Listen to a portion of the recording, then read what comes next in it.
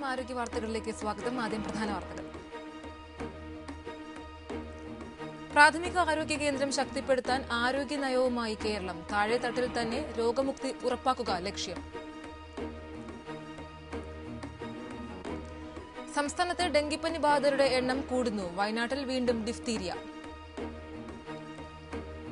Zika വൈറസിനെ പ്രതിരോധിക്കാൻ പുതിയ കണ്ടെത്തലുമായി ഗവേഷകർ. ഓസ്ട്രേലിയയിൽ മാത്രം കാണപ്പെടുന്ന ഒരിനം ചെടിക്ക് സിക്ക വൈറസിനെ ഇല്ലാതാക്കാൻ സാധിക്കുമെന്ന് പഠനം.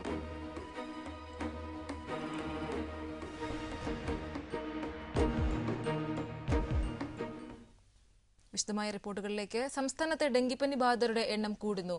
ഈ വർഷം 5122 പേർക്ക് രോഗം സ്ഥിരീകരിച്ചു.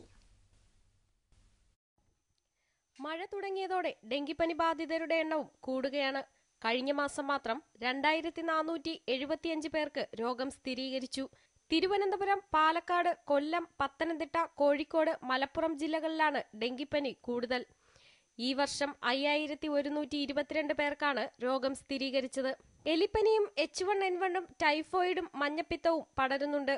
തിരുവനന്തപുരം, എറണാകുളം, ആലപ്പുഴ ജില്ലകളിലാണ് എലിപ്പനി സ്ഥിരീകരിച്ചത്. കൊല്ലം, കണ്ണൂർ, പാലക്കാട്, തൃശൂര്, കോഴിക്കോട് ജില്ലകളിൽ H1N1 സ്ഥിരീകരിച്ചിട്ടുണ്ട്. തൃശൂരിൽ 3 പേരും പാലക്കാട് 7 പേരും മരിച്ചു. സർക്കാർ ആശുപത്രികളിൽ കൂടുതൽ സൗകര്യമൊരുക്കാൻ എല്ലാ DMOമാർക്കും ആരോഗ്യവകുപ്പ് നിർദ്ദേശം നൽകി. എല്ലാ സർക്കാർ ആശുപത്രികളിലും ആവശ്യമായ മരുന്ന് സജ്ജമാക്കിയിട്ടുണ്ട്. Health desk, Amrita TV. വയനാട്ടിൽ വീണ്ടും ഡിഫ്തീരിയ സ്ഥിരീകരിച്ചു. സുൽത്താൻ ബത്തേരി തോവരിമലയിലെ 30കാരിക്കാണ് രോഗം സ്ഥിരീകരിച്ചത്. ഇതോടെ ജില്ലയിൽ രോഗബാധിതരുടെ എണ്ണം 6 പ്രധാനമായും കുട്ടികളെയാണ് ഈ രോഗം ബാധിക്കുന്നതെങ്കിലും മുതിർന്നവരിലും ഇത് കാണാറുണ്ട്. രോഗം പടരുന്ന സാഹചര്യത്തിൽ പൊതുജനങ്ങൾ ജാഗ്രത പുലർത്തണമെന്ന് ആരോഗ്യവകുപ്പ് അധികൃതർ അറിയിച്ചു. പ്രാഥമിക ആരോഗ്യ കേന്ദ്രം ശക്തിപ്പെടുത്താൻ സമഗ്ര ആരോഗ്യ നയവുമായി കേരളം. താഴെത്തട്ടിൽ തന്നെ രോഗമുക്തി ഉറപ്പാക്കുകയാണ് ലക്ഷ്യം. അടുത്ത മന്ത്രിസഭാ യോഗം നയം പരിഗണിക്കും. പ്രാഥമിക ആരോഗ്യ കേന്ദ്രങ്ങളെ കുടുംബാരോഗ്യ കേന്ദ്രങ്ങളായി ഉയർത്തുമെന്ന് ആരോഗ്യമന്ത്രി കെ ശൈലജ പറഞ്ഞു. ഇപ്പോഴുള്ള ഒരു ഡോക്ടറിന് പകരം 4 ഡോക്ടർമാരെ നിയമിക്കും. ആയുഷ് വകുപ്പുമായി ചേർന്ന് ഇവിടങ്ങളിൽ പ്രത്യേക യോഗ കേന്ദ്രങ്ങളും സ്ഥാപിച്ച് ജീവിതശൈലി രോഗങ്ങൾ തടയുമെന്നും മന്ത്രി വ്യക്തമാക്കി. പ്രമേഹം ഞരമ്പുകളെ ബാധിക്കുമ്പോൾ എന്ന വിഷയത്തെക്കുറിച്ചാണ് ഇന്ന് ആരോഗ്യ വാർത്തകൾ ചർച്ച ചെയ്യുന്നത്. ചർച്ചയിൽ പങ്കെടുക്കുന്നത് തിരുവനന്തപുരം മുറിഞ്ഞപാലം അനുഗ്രഹം ന്യൂറോ കെയർ ആശുപത്രിയിലെ chief neurologist doctor Robert Mathew ആണ്. ഡോക്ടർ, സ്വാഗതം ചർച്ചയിലേക്ക്. ഡോക്ടർ, ആദ്യം തന്നെ ചോദിക്കട്ടെ, എന്താണ് ഈ ഞരമ്പുകൾ? ഞരമ്പുകൾ, നെർവ്സ് എന്ന ഇംഗ്ലീഷ് വാക്കിന് തുല്യമായിട്ടാണ് മലയാളത്തിൽ ഞരമ്പുകളെന്ന് പ്രയോഗിക്കുന്നതെങ്കിലും പല ചികിത്സാ ശാസ്ത്രത്തിലും ഇതിന് പല വ്യാഖ്യാനങ്ങളുണ്ട്. പല വാക്കുകൾ ഉപയോഗിക്കുന്നുണ്ട്. ഇപ്പോൾ ചിലർ നാഡിമിടിപ്പെന്ന് പറയും, നാഡീ രോഗങ്ങളെന്ന് ഞരമ്പ് രോഗങ്ങളെ പറയും. അപ്പോൾ ഇത് നീണ്ട ഒരു സ്ട്രക്ചറാണ്. അപ്പോൾ തലച്ചോറിൽ ഉത്ഭവിക്കുന്ന കമാൻഡ്സ്, തലച്ചോറിൽ നിന്നുള്ള കൽപ്പനകൾ ഈ ഞരമ്പുകളാണ് ശരീരത്തിൻ്റെ വിവിധ ഭാഗത്തേക്ക് എത്തിക്കുക. അതേപോലെ ശരീരത്തിൻ്റെ വിവിധ ഭാഗങ്ങളിലുള്ള സെൻസേഷൻസ്, നമ്മുടെ അനുഭവങ്ങൾ, അതിനെ തലച്ചോറിലേക്ക് കൊണ്ടുപോകുന്നതും ഞരമ്പുകളാണ്. അപ്പോൾ ഇത് നീണ്ടിരിക്കുന്ന ഒരു ഞരമ്പ്, ഒരു വസ്തുവാണ് ഞരമ്പ്. അപ്പോൾ നമ്മൾ പ്രഥമ ദൃഷ്ടിയ തന്നെ നമ്മുടെ നീണ്ടിരിക്കുന്ന മറ്റ് പല വസ്തുക്കളും ശരീരത്തിലുണ്ട്. ഉദാഹരണത്തിന് രക്തക്കുഴലുകൾ. അപ്പോൾ അത് തന്നെ ആർട്ടറീസ്, നല്ല രക്തം കൊണ്ടുപോകുന്ന ആർട്ടറീസ് എന്ന രക്തക്കുഴൽ, ദുഷിച്ച രക്തം കൊണ്ടുപോകുന്ന വെയിൻസ് എന്ന രക്തക്കുഴൽ.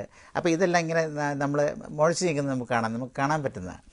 അതേപോലെ തന്നെ ടെൻഡൻസ് എന്ന് പറയും. ടെൻഡൻസ് എന്ന് പറയുന്നത് ഈ പേശികളെ വലിക്കുന്ന ഒരു കയറ് പോലെ പ്രവർത്തിക്കുന്ന ഉപകരണങ്ങളാണ് ഈ ടെൻഡൻസ്.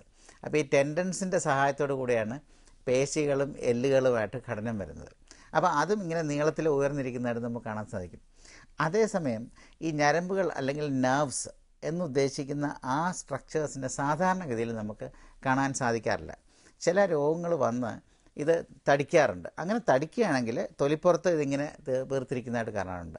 പക്ഷേ സാധാരണഗതിയിൽ നമുക്കിത് നമ്മുടെ നഗ്ന നേത്രങ്ങൾക്ക് കൊണ്ട് കാണാൻ സാധിക്കാത്തതും നമ്മുടെ റെഗുലറായിട്ടുള്ള പരിശോധനയിൽ നേരിട്ട് കാണാൻ സാധിക്കാത്തതായിട്ടുള്ള ഒരു സ്ട്രക്ചറാണ് ഈ ഞരമ്പുകളെന്ന് പറയുന്നത്. അപ്പോൾ പലപ്പോഴും ഈ നാഡികളും, ഇപ്പം നാഡി പിടിക്കുന്നതെന്ന് പറയുന്നത് ഈ സാധാരണ ആർട്ടറി, ഈ രക്തക്കുഴലിൻ്റെ ആ ഒരു പൾസേഷൻ, അതിൻ്റെ തുടിപ്പിനെയാണ് നാഡിപിടുത്തം എന്ന് പറയുന്നത്.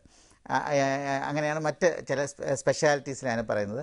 അത് നേരിട്ട് ഞരമ്പുമായിട്ട് ബന്ധമുള്ളതല്ല. അപ്പോൾ പലപ്പോഴും ഇതിനെക്കുറിച്ച് സംസാരിക്കുമ്പം ഈ രക്തക്കുഴലും ഞരമ്പും ഒക്കെ ഒരേ വിഭാഗത്തിൽപ്പെടുത്തിയുള്ള ഒരു സംസാരം വരുന്നത്. അതിൻ്റെ പേരിൽ തന്നെ ചില ചിന്താക്കുഴപ്പങ്ങളൊക്കെ വരാറുണ്ട്. അപ്പോൾ ചിലരൊക്കെ ഈ നാഡിയിൽ ബ്ലോക്ക് വരും എന്ന് പറയും. രക്തക്കുഴലിന് ബ്ലോക്ക് വരാറുണ്ട്, രക്തക്കുഴൽ അടഞ്ഞു പോകാറുണ്ട്. അത്തരത്തിലുള്ള ഒരു ബ്ലോക്ക് ഞരമ്പുകൾക്ക് വരാറില്ല. അതേസമയം ഞരമ്പുകളുടെ പ്രവർത്തനങ്ങൾക്ക് അസുഖങ്ങൾ വരാറുണ്ട്, ഞരമ്പിൻ്റെ പ്രവർത്തനം മന്ദീഭവിക്കപ്പെടുന്ന സാഹചര്യങ്ങൾ വരാറുണ്ട്. പക്ഷേ ഈ രക്തക്കുഴൽ അടയുന്നതിന് സമാനമായിട്ടുള്ളൊരവസ്ഥ ഞരമ്പുകൾക്ക് വരാറില്ല. അപ്പോൾ ഇങ്ങനെ ചെറിയ വ്യത്യാസങ്ങൾ ഈ സ്ട്രക്ചേഴ്സ് തമ്മിലുണ്ട്. അപ്പോൾ തലച്ചോറിനെയും ശരീരത്തിൻ്റെ വിവിധ ഭാഗങ്ങളെയും തമ്മിൽ ഘടിപ്പിക്കുന്ന നഗ്നനേത്രങ്ങൾക്ക് സാധാരണയായി കാണാൻ സാധിക്കാത്ത ഒരു ഉപകരണമാണ്, ശരീരത്തിലുള്ള ഒരു സ്ട്രക്ചറാണ് ഈ ഞരമ്പെന്ന് പറയുന്നത്. ഞരമ്പുകളെ പറ്റി പറയുകയുണ്ടായി. ഈ പ്രമേഹം എങ്ങനെയാണ് ഞരമ്പുകളെ ബാധിക്കുന്നത്? പ്രമേഹ രോഗം ഞരമ്പുകളെ വ്യാപകമായി ബാധിക്കുന്ന ഒരു രോഗമാണ്. പൊതുവേ ഈ പ്രമേഹ രോഗം കുറച്ചു കാലം അങ്ങനെ നീണ്ടു നിൽക്കുകയും അതിൻ്റെ ഫലമായി രക്തത്തിൽ അനിയന്ത്രിതമായ, അതായത് നമ്മൾ പ്രതീക്ഷിക്കുന്നതിനേക്കാളും ഉയർന്ന തരത്തിൽ രക്തത്തിൽ പഞ്ചസാര ഇങ്ങനെ നിൽക്കുകയും വർഷങ്ങളോളം അങ്ങനെ തുടരുകയും ചെയ്യുമ്പോഴാണ് സാധാരണ ഞരമ്പുകൾ ബാധിക്കപ്പെടുന്നത്. അപ്പോൾ ശരീരത്തിലുള്ള എല്ലാ തരം ഞരമ്പുകളെയും പ്രമേഹം ഒന്നല്ലെങ്കിൽ മറ്റൊരു രീതിയിൽ ബാധിക്കുന്നുണ്ട്. പക്ഷേ അത് ക്രമേണ ആണ് ഈ ഞരമ്പുകളെ അത് ക്ഷയിപ്പിക്കുന്നത്. അതുകൊണ്ട് തന്നെ വലിയ പ്രശ്നങ്ങൾ ഇതിൻ്റെ പേരിൽ സാധാരണയായി കാണാറില്ല. അപ്പം ഒരു 5 വർഷം അല്ലെങ്കിൽ ഒരു 10 വർഷം പ്രമേഹ രോഗം വന്ന ഒരു രോഗിയെ പരിശോധിക്കുകയാണെങ്കിൽ തീർച്ചയായിട്ടും ഞരമ്പുകളെ പ്രമേഹ രോഗം ബാധിച്ചായിട്ട് നമുക്ക് കാണാൻ സാധിക്കും.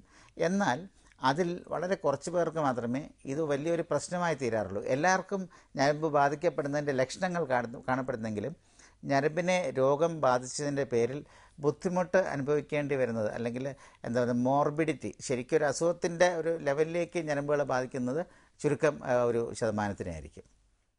ഡോക്ടർ, ഈ പ്രമേഹം ഞരമ്പുകളെ ബാധിക്കുന്ന വഴി ശരിക്കും എന്തൊക്കെ രോഗലക്ഷണങ്ങളാണ് ഉണ്ടാകുന്നത്? ഈ പ്രമേഹം ഏത് ഞരമ്പിനെയാണ് ബാധിക്കുന്നത് ആ ഞരമ്പിനെ ചുറ്റിപ്പറ്റിയായിരിക്കും രോഗലക്ഷണങ്ങൾ. ഞരമ്പുകളെ പൊതുവായി നമുക്ക് രണ്ടായിട്ട് തരംതിരിക്കാം. സെൻസറി നെർവ്സ് എന്ന് പറയുന്നത് നമ്മുടെ ശരീരത്തിൻ്റെ വിവിധ ഭാഗങ്ങളിലുള്ള അനുഭവങ്ങളെ തലച്ചോറിലെത്തിക്കുന്നത്. ഇപ്പോൾ നമ്മൾ ഒരു സൂചി വെച്ച് കൈ കുത്തുന്നു, അപ്പോൾ ആ സൂചി അവിടെ കുത്തുമ്പോഴേക്കും അവിടെ ചില ഞരമ്പുകളെ അത് ബാധിക്കുന്നു.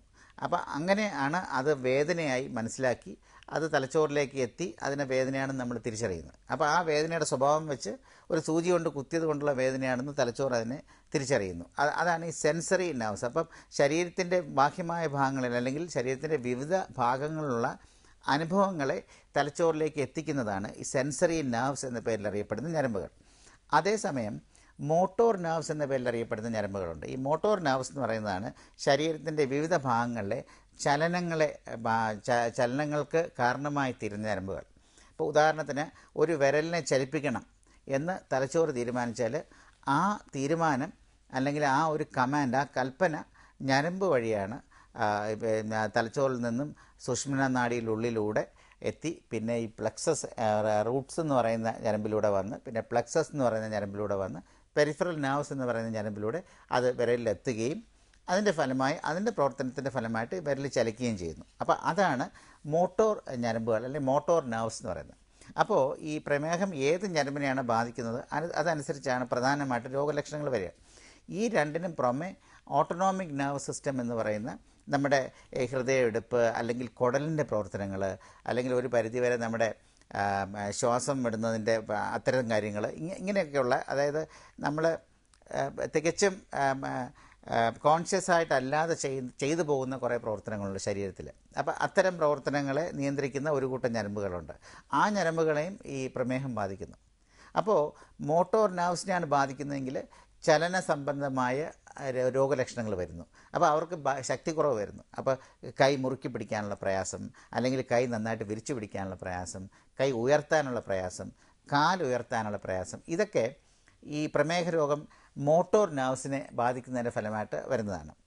അതേസമയം ഇത് സെൻസറി നെർവ്സിനെയാണ് ബാധിക്കുന്നതെങ്കിൽ ഇത് സെൻസേഷൻ സംബന്ധമായ, അതായത് തരിപ്പ്, പെരുപ്പ്, സ്പർശനശേഷി കുറഞ്ഞു പോവുക, അല്ലെങ്കിൽ നീറ്റൽ പോലെ അനുഭവപ്പെടുക, സൂചിയിട്ട് കുത്തുന്നതായിട്ട് അനുഭവപ്പെടുക, ചൂടായിട്ട് അനുഭവപ്പെടുക, ഇത്തരത്തിലുള്ള കുറേ അനുഭവങ്ങൾ അതാണ് ഈ സെൻസറി നെർവ്സിനെ ഡയബറ്റിസ് ബാധിക്കുന്നത് വഴി നമുക്ക് അനുഭവപ്പെടുന്നത്.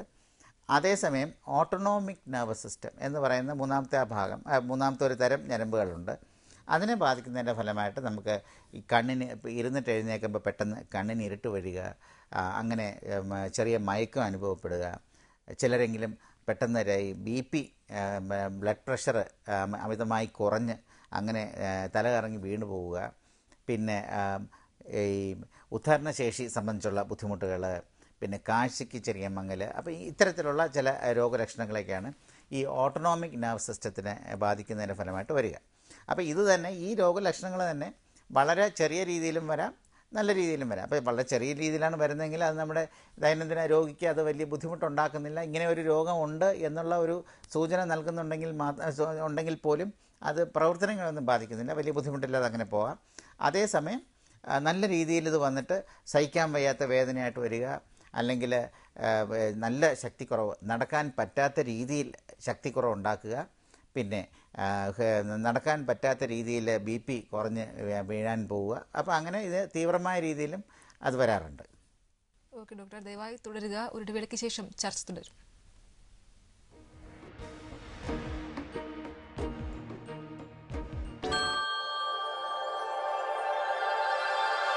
എല്ലാ പുഴകൾക്കുമുണ്ട് ഒരു കഥ പറയാൻ. എല്ലാ മലകളിലുമുണ്ട് ഈശ്വര സാന്നിധ്യം.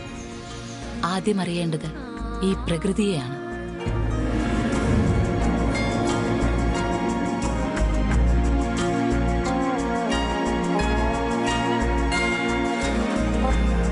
സഞ്ചാരപഥങ്ങളിൽ, മോക്ഷമലകളിൽ, തപസ്ഥലികളിൽ, ചരിത്ര സ്മാരകങ്ങളിൽ, ക്ഷേത്ര സന്നിധികളിൽ പ്രകൃതിയുടെ ഊർജത്തെ അന്വേഷിക്കുന്ന തീർത്ഥയാത്ര. ഉദയാമൃതം എല്ലാ ദിവസവും രാവിലെ 6:30 നിങ്ങളുടെ സ്വന്തം അമൃത TV-യിൽ.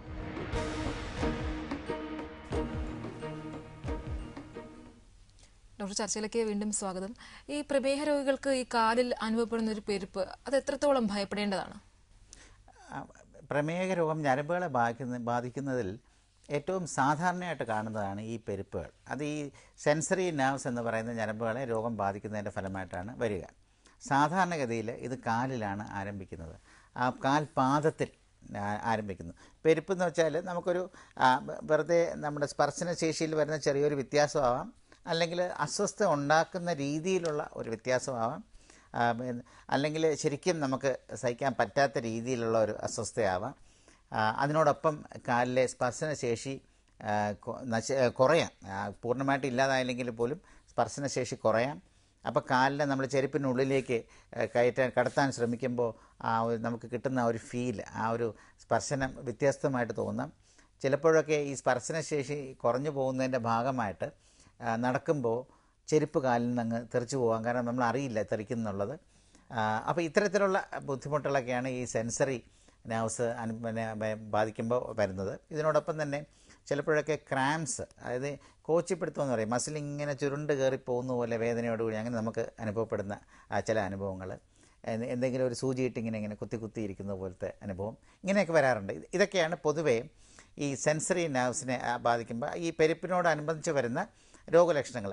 ഇത് വളരെ സാധാരണമാണ്. ഒരു 90% പ്രമേഹ രോഗികൾക്ക് എപ്പോഴെങ്കിലും ഒരിക്കൽ ഇത് വന്നേ തീരൂ എന്നുള്ള രീതിയിലാണ് കണക്കുകൾ കാണിക്കുന്നത്.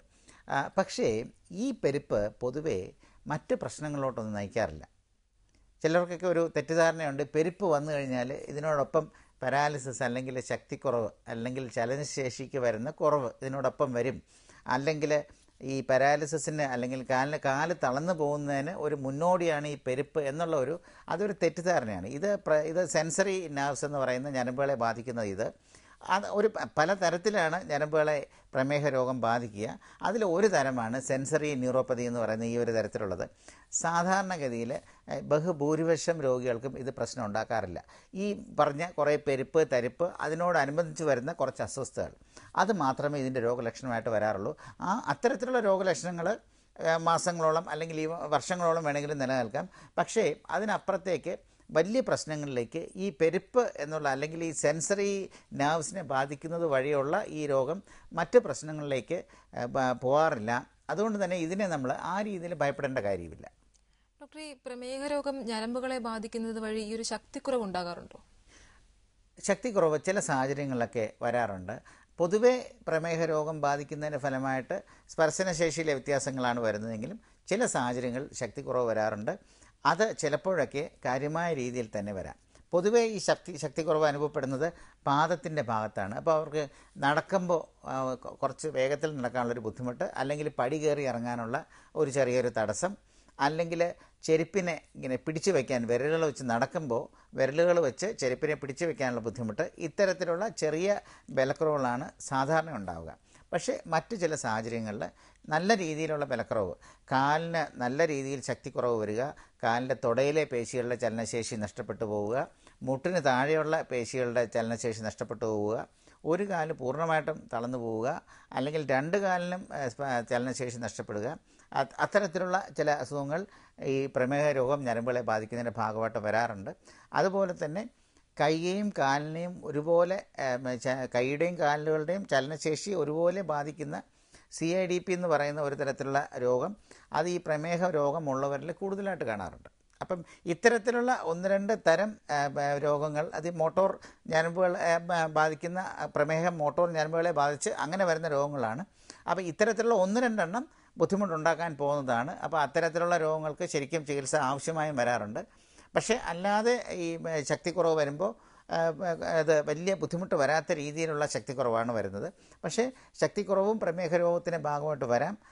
അതേസമയം സ്പർശനശേഷിയിലെ കുറവ് തന്നെയാണ് ഏറ്റവും കൂടുതലായിട്ട് കണ്ടുവരുന്നത്. ഈ ചില സാഹചര്യങ്ങളിൽ ഈ പ്രമേഹ രോഗം കണ്ണിലെ കൃഷ്ണമണികളെ ബാധിക്കുന്നതായി കേട്ടിട്ടുണ്ട്. ഇത് ശരിയാണോ? അതായത് കൃഷ്ണമണികളെ ചലിപ്പിക്കുന്ന ഞരമ്പുകളെ, ഈ കൃഷ്ണമണികൾ ചലിക്കുന്നതൊക്കെ ഞരമ്പുകളുടെ പ്രവർത്തനത്തിൻ്റെ ഫലമായിട്ടാണല്ലോ. അപ്പം കൃഷ്ണമണികളെ ചലിപ്പിക്കുന്ന ഞരമ്പുകളെയും പ്രമേഹ രോഗം ബാധിക്കാറുണ്ട്. അപ്പോൾ അതിനെ ക്രേനിയൽ ന്യൂറോപ്പതി എന്ന് പറയും. അപ്പോൾ അതിൽ വളരെ സാധാരണയായിട്ട് കണ്ടുവരുന്നതാണ് ഏതെങ്കിലും ഒരു കൃഷ്ണമണിയുടെ മാത്രം ഒരു ഭാഗത്തേക്കുള്ള ചലനം. ഇപ്പം ഉദാഹരണത്തിന് ഇടത് കൃഷ്ണമണിയാണ് ബാധിക്കുന്നതെങ്കിൽ ആ ഇടത് കൃഷ്ണമണി ഇടത്തേക്കുള്ള ചലനം ബാധിക്കപ്പെടുന്നതായിട്ട് കാണാറുണ്ട്. അപ്പോൾ പെട്ടെന്നൊരു കോങ്കണ്ണായിട്ട് അത് പ്രത്യക്ഷപ്പെടുന്നത്. കാരണം വലത്തെ കൃഷ്ണമണി ഇടത്തേക്ക് നോക്കുന്നു, പക്ഷേ അതിനോടൊപ്പം ഇടത്തെ കൃഷ്ണമണി ഇടത്തോട്ട് നോക്കുന്നില്ല. കാരണം ആ ചലനശേഷിക്ക് ശേഷിക്കുറവ് വന്നിരിക്കുന്നു. അപ്പോൾ അങ്ങനെ അത്തരത്തിലുള്ള ഒരു ഒരു രോഗം, ഈ പ്രമേഹ രോഗം കണ്ണിൻ്റെ ഞരമ്പുകളെ ബാധിക്കുന്നതിൻ്റെ ഫലമായിട്ട് വരാം. അതേപോലെ തന്നെ ഇതൊരു ഉദാഹരണം മാത്രമാണ്. കൃഷ്ണമണികൾ പല രീതിയിൽ ചലിക്കുന്നതിനെ ബാധിക്കുന്ന തരത്തിൽ കൃഷ്ണമണിയിലേക്കുള്ള ഞരമ്പുകളെ ബാധിച്ചിട്ട് പ്രമേഹ രോഗം വരാറുണ്ട്, പ്രമേഹ രോഗത്തിൻ്റെ ഫലമായിട്ട് വരാറുണ്ട്. അതിൻ്റെ രോഗലക്ഷണം ആരംഭത്തിൽ 2ആയിട്ട് കാണുക, പിന്നെ അതിനോടൊപ്പം ഒരു കണ്ണ് അടഞ്ഞു പോവുക, അല്ലെങ്കിൽ 2 കണ്ണും അടഞ്ഞു പോവുക. സൂക്ഷിച്ച് പരിശോധിക്കുമ്പോൾ കൃഷ്ണമണികൾ രണ്ടും ഒരേപോലെ അല്ല ചലിക്കുന്നത്. രോഗിക്ക് കോങ്കണ്ണുണ്ടെന്ന് നമുക്ക് സൂക്ഷിച്ച് പരിശോധിക്കുമ്പോൾ മനസ്സിലാവും. ഇതൊക്കെയാണ് ഈ കൃഷ്ണമണിയിലേക്കുള്ള ഞരമ്പിനെ പ്രമേഹ രോഗം ബാധിക്കുമ്പോൾ വരുന്ന രോഗലക്ഷണങ്ങൾ. ഡോക്ടർ, ഈ ഞരമ്പ് രോഗം സ്ഥിരീകരിക്കുന്നത് എങ്ങനെയാണ്? ഇത്തരം രോഗികൾക്ക് എന്തൊക്കെ പരിശോധനകളാണ് വേണ്ടത്? ഞരമ്പുകൾക്ക് രോഗമുണ്ടോ ഇല്ലേ എന്നുള്ളത്, അതിപ്പോൾ പ്രമേഹ രോഗമാണെങ്കിലും അല്ലെങ്കിലും അതിന് പ്രാഥമികമായിട്ടുള്ള പരിശോധനാ രീതി എന്ന് പറയുന്നത് നെർവ് കണ്ടക്ഷൻ സ്റ്റഡി എന്നുള്ളൊരു പരിശോധനയാണ്. ഇതിനെ NCV എന്നും NCS എന്നും ENMG എന്നൊക്കെയുള്ള ചില, അത് ഇംഗ്ലീഷ് അബ്രിവേഷൻസ് ആണ്, അങ്ങനെ ആണ് ഇതിനെ പറയുന്നത്. പ്രധാനമായിട്ട് ഇതിനകത്ത് ചെയ്യുന്നത് വളരെ വളരെ നേരിയ തരത്തിലുള്ള വൈദ്യുത തരംഗങ്ങൾ ഉപയോഗിച്ച് ഞരമ്പുകളെ ഉത്തേജിപ്പിക്കുന്നു. അപ്പോൾ ഞരമ്പുകളെ ഉത്തേജിപ്പിച്ചിട്ട് അതിൻ്റെ ഫലമായിട്ട് ഞരമ്പുകളിൽ വരുന്ന വൈദ്യുതി ചലനത്തിലുള്ള വ്യതിയാനങ്ങൾ, ആ വ്യതിയാനങ്ങളെ മറ്റൊരു ഭാഗത്തുനിന്ന് ഒപ്പിയെടുക്കുന്നു, അതിന് റെക്കോർഡ് ചെയ്യുന്നു. അത് പേശികളിൽ നിന്നും റെക്കോർഡ് ചെയ്യാം, അല്ലെങ്കിൽ ഞരമ്പുകളിൽ നിന്ന് നേരിട്ട് റെക്കോർഡ് ചെയ്യാം. അപ്പോൾ ആ വരുന്ന മാറ്റങ്ങളെ വിശകലനം ചെയ്ത്, അത് കമ്പ്യൂട്ടറിൻ്റെ സഹായത്തോടു കൂടി വിശകലനം ചെയ്ത് ഗ്രാഫായിട്ടും ചില നമ്പേഴ്സായിട്ടും ഒക്കെ അതിനെടുത്ത് അതിനെ വിശകലനം ചെയ്ത് ചില തീരുമാനത്തിലെത്തുന്നു. ഇതാണ് നെർവ് കണ്ടക്ഷൻ സ്റ്റഡി എന്നുള്ള ടെസ്റ്റിൻ്റെ പൊതുവായ ഒരു രീതി. അപ്പം ഞരമ്പ് സംബന്ധിച്ചുള്ള ഏത് അസുഖത്തിൻ്റെയും പ്രാഥമികമായിട്ടുള്ള പരിശോധനയാണ് നെർവ് കണ്ടക്ഷൻ സ്റ്റഡി. ഈ പ്രമേഹ രോഗികളുടെ ഞരമ്പുകൾക്ക് അസുഖം വരുമ്പോഴും അത് തന്നെയാണ് ഏറ്റവും പ്രധാനപ്പെട്ട പരിശോധന രീതി. ഇത് സങ്കീർണമായിട്ടുള്ള ഒരു പരിശോധനാ രീതിയാണ്. പക്ഷേ നമ്മുടെ നാട്ടിൽ, നമ്മുടെ കേരളത്തിൽ ഇത് കുറേ കൂടി പ്രചാരത്തിൽ ഇപ്പോൾ വന്നിട്ടുണ്ട്. പണ്ട് വളരെ സ്പെഷ്യലൈസ്ഡ് ആയിട്ടുള്ള വലിയ ഇൻസ്റ്റിറ്റ്യൂട്ട്സിലോ അല്ലെങ്കിൽ മെഡിക്കൽ കോളേജസിലോ മാത്രം ഉണ്ടായിരുന്ന ഇതിപ്പോൾ പല ആശുപത്രികളിലും ഉണ്ട്. ഇത് ഒരു പക്ഷേ വളരെ വ്യാപകമായി തന്നെ ചെയ്യപ്പെടുന്നു എന്ന് വേണമെങ്കിൽ പറയാം. പല പ്രൈവറ്റ് ലാബുകളിൽ ചെയ്യാനുള്ള ഇതുണ്ട്. പക്ഷേ ഇത് ചെയ്യണമെങ്കിൽ അതിനുള്ള സ്പെഷ്യലായിട്ടുള്ള സാങ്കേതിക വിദഗ്ധർ വേണം. ന്യൂറോ ടെക്നീഷ്യൻസ് എന്ന പേരിൽ അറിയപ്പെടുന്ന സ്പെഷ്യൽ ടെക്നോളജിസ്റ്റുകളാണ് ഈ ടെസ്റ്റ് ചെയ്യുന്നത്. ഈ ടെസ്റ്റ് ഈ ടെസ്റ്റിനെ വിലയിരുത്തുന്നതും അത് വച്ചിട്ട് നിഗമനത്തിലെത്തുന്നതൊക്കെ സാധാരണഗതിയിൽ ന്യൂറോളജിസ്റ്റുകളാണ്. പിന്നെ ഫിസിയാട്രിസ്റ്റ് എന്ന പേരിൽ അറിയപ്പെടുന്ന സ്പെഷ്യലിസ്റ്റുകളും ഒരു പരിധിവരെ ഇത് കൈകാര്യം ചെയ്യുന്നുണ്ട്. അപ്പോൾ ഇത് ചെയ്യാനായിട്ടുള്ള ഒരു സങ്കീർണമായിട്ടുള്ള മെഷീൻ വേണം. അത് ഇൻ്റർപ്രറ്റ് ചെയ്യാൻ, അതിനെക്കുറിച്ച് വിശകലനം ചെയ്ത് അതിൻ്റെ റിപ്പോർട്ട് പറയാനായിട്ടുള്ള വിദഗ്ധരും വേണം. പക്ഷെ അതാണ് ഇതിനോട്ടുള്ള ഏറ്റവും പ്രാഥമികമായിട്ടുള്ള പരിശോധന. ഡോക്ടർ, ഈ പ്രമേഹ രോഗികളുടെ കാലിലെ ഞരമ്പുകളെ ബാധിക്കുന്നതിന്റെ ഫലമായി പെരുപ്പുണ്ടാകുന്നു എന്ന് പറഞ്ഞു. അപ്പോൾ ഇതിനെ നമുക്ക് എന്തൊക്കെ ചികിത്സകളാണുള്ളത് ഇതിനെ ഓവർകം ചെയ്യാനായിട്ട്? ഈ പ്രമേഹ രോഗം പല ഞരമ്പുകളെയും പല രീതിയിലാണ് ബാധിക്കുക. അതുപോലെ ഇതിൻ്റെ ചികിത്സയും പലർക്കും പല രീതിയിലാണ് വരുന്നത്. ഏറ്റവും സാധാരണയായിട്ട് വരുന്നതാണ് ഈ സെൻസറി നെർവ്സ് അല്ലെങ്കിൽ സ്പർശനം സംബന്ധിച്ചുള്ള ഞരമ്പുകളെ ഇത് ബാധിക്കുന്നത്. അപ്പോൾ അതാണ് കൂടുതലായിട്ട് ചികിത്സയ്ക്ക് ആവശ്യമായിട്ട് ഡോക്ടറുടെ അടുത്ത് എത്തുന്നത്.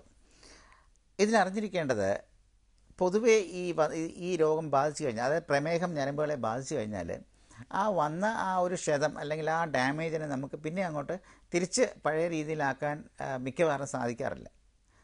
പ്രമേഹത്തെ വളരെ നല്ല രീതിയിൽ നിയന്ത്രിച്ച്, രക്തത്തിലെ പഞ്ചസാരയുടെ അളവിനെ വളരെ നല്ല രീതിയിൽ നിയന്ത്രിച്ച് ഇത് കൂടുതൽ അങ്ങോട്ട് കൂടാതെ നോക്കുക എന്നുള്ളതാണ് ഇതിനകത്ത് ഏറ്റവും പ്രധാനപ്പെട്ട ചികിത്സാ രീതി. ഈ പെരുപ്പ് കാരണമാണല്ലോ രോഗിക്ക് ബുദ്ധിമുട്ടുണ്ടാകുക. അപ്പോൾ ഈ പെരുപ്പ് നമ്മുടെ ദൈനംദിന ജീവിതത്തെ അല്ലെങ്കിൽ നമ്മുടെ പ്രവർത്തനങ്ങളെ ബാധിക്കുന്ന രീതിയിൽ കഠിനമായിട്ടുണ്ടെങ്കിൽ മാത്രമേ ഇതിന് ചികിത്സ ആവശ്യമുള്ളൂ.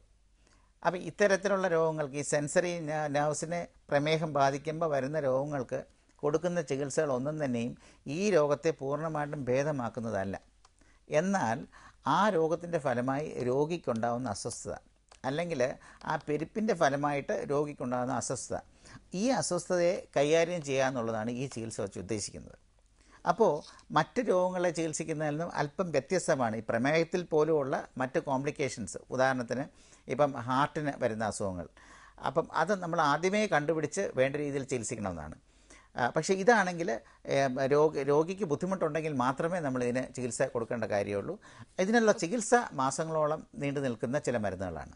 ഓക്കെ ഡോക്ടർ, പ്രമേഹം ഞരമ്പുകളെ ബാധിക്കുമ്പോൾ എന്ന വിഷയത്തെക്കുറിച്ചാണ് ആരോഗ്യ വാർത്തകൾ ഇന്ന് ചർച്ച ചെയ്തത്. ചർച്ചയിൽ പങ്കെടുത്തത് തിരുവനന്തപുരം മുറിഞ്ഞപ്പാലം അനുഗ്രഹം ന്യൂറോ കെയർ ആശുപത്രിയിലെ chief neurologist doctor Robert Mathew ആണ്. ഡോക്ടർ, വളരെയധികം നന്ദി ചർച്ചയിൽ പങ്കെടുത്തതിന്. ഇടവേള.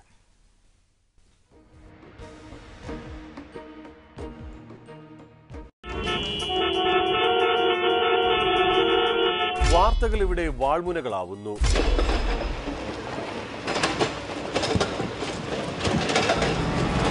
ജനപക്ഷ വാർത്തകളുടെ ലോകം. സത്യസന്ധമായ വസ്തുനിഷ്ഠമായ വാർത്തകളുമായി ജനകീയ പ്രശ്നങ്ങളുടെ പരിഹാരത്തിന് എന്നും മുൻപന്തിയിൽ നേരിന്റെ നേർക്കാഴ്ചയുമായി എന്റെ വാർത്ത എത്തുന്നു.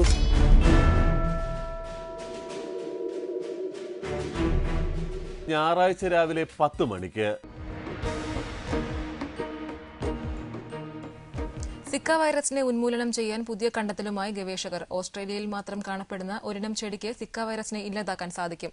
ഈ ചെടി സിക്ക വൈറസ് കോശങ്ങളിൽ പ്രവേശിക്കുന്നത് 100% തടയുമെന്ന് ഓസ്ട്രേലിയയിലെ ക്യൂൻസ്ലാൻഡ് സർവകലാശാലയിലെ ഗവേഷകൻ ട്രൂഡി കോളറ്റ് അഭിപ്രായപ്പെട്ടു. സിക്ക മാത്രമല്ല, ഡെങ്കി, മഞ്ഞപ്പിത്തം, ജപ്പാൻ ജ്വരം എന്നീ രോഗങ്ങളെ തടയാനും ഈ ചെടിക്ക് ആകുമെന്നാണ് കണ്ടെത്തൽ. പ്രധാന ആരോഗ്യ വാർത്തകൾ വീണ്ടും. പ്രാഥമിക ആരോഗ്യ കേന്ദ്രം ശക്തിപ്പെടുത്താൻ ആരോഗ്യ നയവുമായി കേരളം. താഴെത്തട്ടിൽ തന്നെ രോഗമുക്തി ഉറപ്പാക്കുക ലക്ഷ്യം. സംസ്ഥാനത്ത് ഡെങ്കിപ്പനി ബാധിതരുടെ എണ്ണം കൂടുന്നു. വയനാട്ടിൽ വീണ്ടും ഡിഫ്തീരിയ.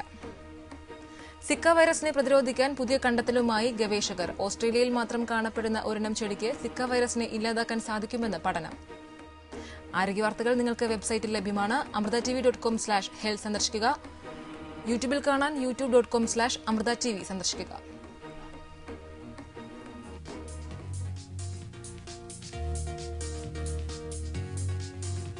ആരോഗ്യ വാർത്തകൾ വീണ്ടും നാളെ ഉച്ചയ്ക്ക് 12:30 കാണാം. നമസ്കാരം.